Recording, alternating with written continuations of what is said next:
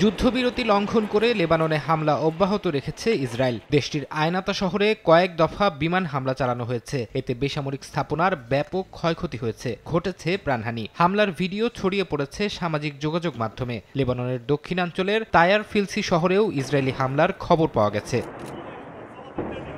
অবরুদ্ধ গাজা উপত্যকাতেও চলছে ইসরায়েলি আগ্রাসন। গাজা সিটি ও খান ইউনিসে আহত হয়েছেন নারী, শিশুসহ অনেকে। ইসরায়েলি বাহিনীর অভিযোগ, ইয়েলো লাইন অতিক্রম করায় হামলা চালায় সেনারা। ইসরায়েল আরও দাবি করে, খান ইউনিসে সেনাদের লক্ষ্য করে হামাসের সদস্যরা গুলি চালিয়েছিল। এর জবাবে সেখানে বিমান হামলা চালানো হয়।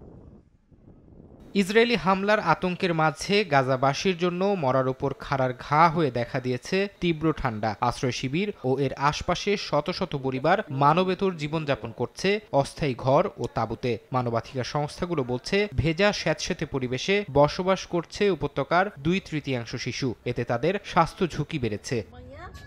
ফারহাদ চৌধুরী, সময় সংবাদ।